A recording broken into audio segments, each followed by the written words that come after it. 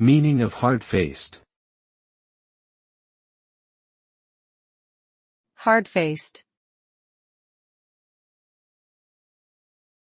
Hard-faced. Hard-faced. Hard-faced. The term hard-faced is generally used to describe someone who appears unapproachable or unfriendly.